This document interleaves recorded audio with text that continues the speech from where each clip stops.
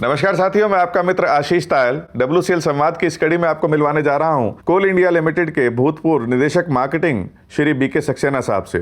Sir, आपका इस कार्यक्रम में बहुत बहुत स्वागत है। नमस्कार। नमस्कार सर, आपने 3 दशकों से अधिक समय तक कोल इंडिया तथा इसकी अनुषंगी कंपनियों को अपनी सेवाएं दी हैं। अपने करियर की शुरुआती दौर से रिटायरमेंट तक की अपनी यात्रा हमारे WCL परिवार के सदस्यों के साथ साझा करने की कृपा करें।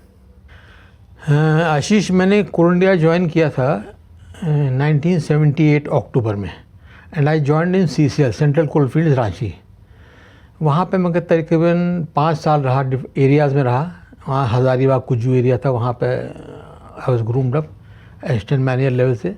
उसके बाद देन जब NCL was carved out of CCL, then I shifted to NCL और NCL में I was there to 1998। You can say almost 13-14 years। और उसके बाद फिर then I came to WCL in 99 और 99 में फिर यहाँ पे आकर के मैं I worked in different areas in different capacities, right from project officer, general manager। और उसके बाद मैं CGM होकर के यहाँ से then I went to Mahanadi coalfields. तो Mahanadi coalfields I was there for around a year। उसके बाद मेरा डाटा टेक्निकल में जब प्रमोशन हुआ तो उसके बाद then I came to western coalfield limited. That was in March 2008। Then I worked here up to June 2012 and later on I was shortlisted for director marketing coal India. तो from June 2012 onwards till my retirement supervision I worked at coal India director marketing for almost 3.5 years। तो ये हमारा total spell रहा है and it was a very good experience working with all. When I was director technical of western coalfields for almost 3.5 years more, the marketing department was being looked after by me only. As director technical, working in lot of mines gave me a lot of experience regarding the quality of coal, the usage of coal, production of coal or related matters. When I became director marketing, I could use this experience for all the subsidiaries of CIL. And once you are working as director marketing, you have got a wider exposure because you have to cater to the needs of all the industries. Now, another important aspect was the new coal distribution policy that had come in 2007-8. The implementation of the new coal distribution policy had to be done under my guidance, leadership, whatever you call. And that new coal distribution policy was framed basically with the help of various administrative ministries to cater for the requirement of all class of consumers। Sir, आप WCL के निदेशक तकनीकी तथा कोल India के निदेशक marketing जैसे महत्वपूर्ण पदों पर रहे। कोयले की बढ़ती मांग को पूरा करने के लिए आपके समय में क्या चुनौतियां थी? आज के परिवेश में आप उन स्थितियों को कैसे देखते हैं, इसके बारे में हमें बताएं। देखिए, कोयले की डिमांड एवरी ईयर बढ़ती चली गई। एक एनर्जी डॉक्यूमेंट बना हुआ गवर्नमेंट का, उस एनर्जी डॉक्यूमेंट में क्लियरली स्पेसिफाइड है what will be the demand in the future years to come and how will it be produced.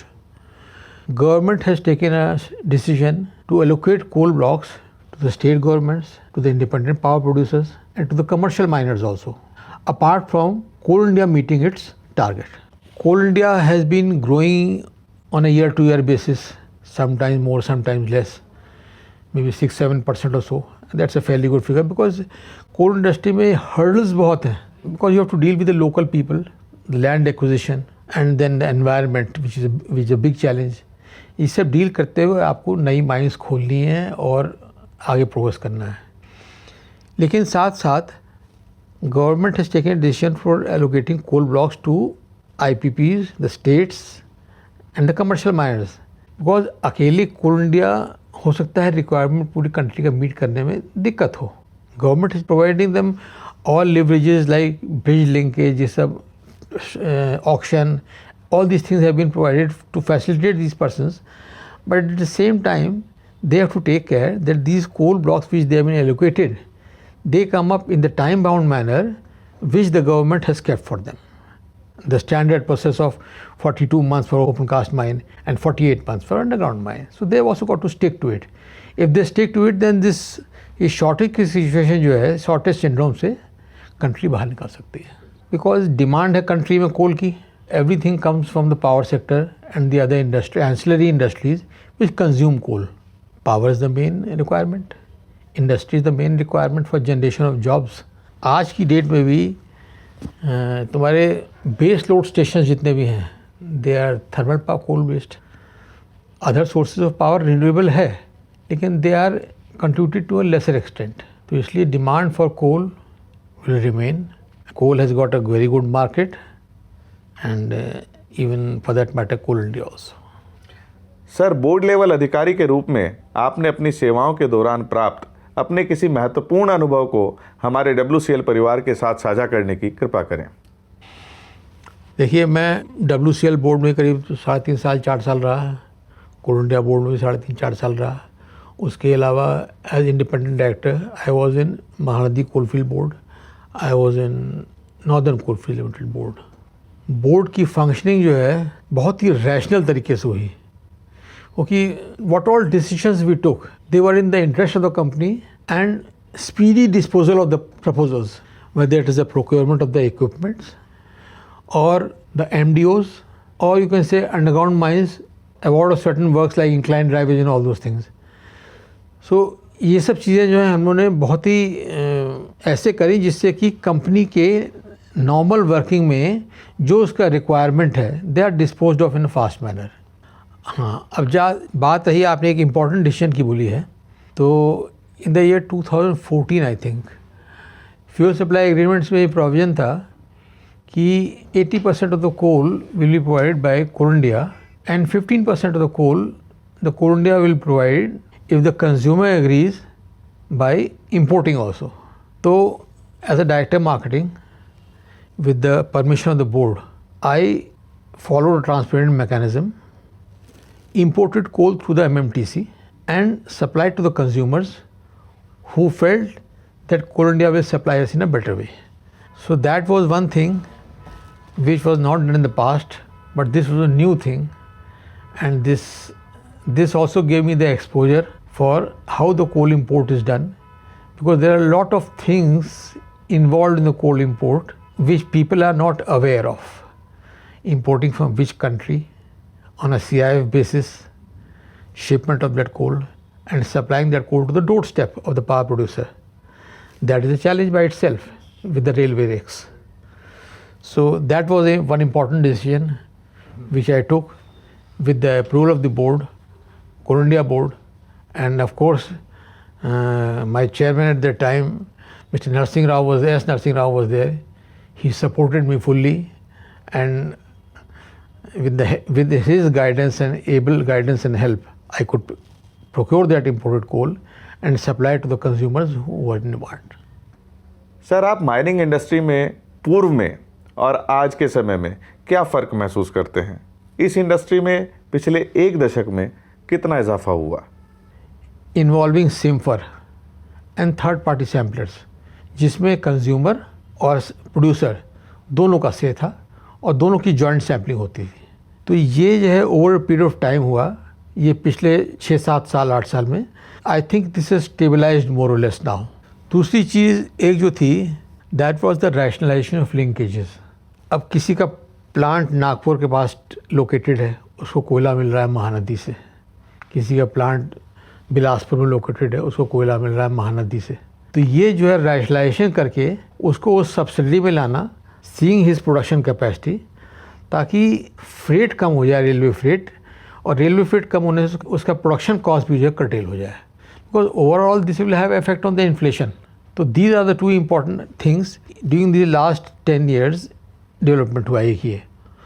दूसरा एक चीज़ ये है कि over the last 10 years I have seen that there has been lot of outsourcing and MDOs. कोई इनमें बुराई नहीं है, because they will give you cheaper coal, you can produce coal at a cheaper cost, but then we should not lose our capability. अगर capital expenditure से revenue expenditure में shift करना है, which will reduce the overall cost and which will make the project viable, so we should do that. There is a need that methodology for approval of project reports has to change with a period of time, so that departmental option also works simultaneously along with the outsourcing and the NDO option. Sir, WCL के बारे में आज के परिवेश में आप क्या कहना चाहते हैं, क्या सुझाव देना चाहते हैं? देखिए, WCL has been doing very well, and under the leadership of the new CMD, Mr. Manoj Kumar, last year in 21-22 they had done very good. Last year the production 57.7, the 14% growth in coal production and 29% growth in offtake. That's a remarkable achievement.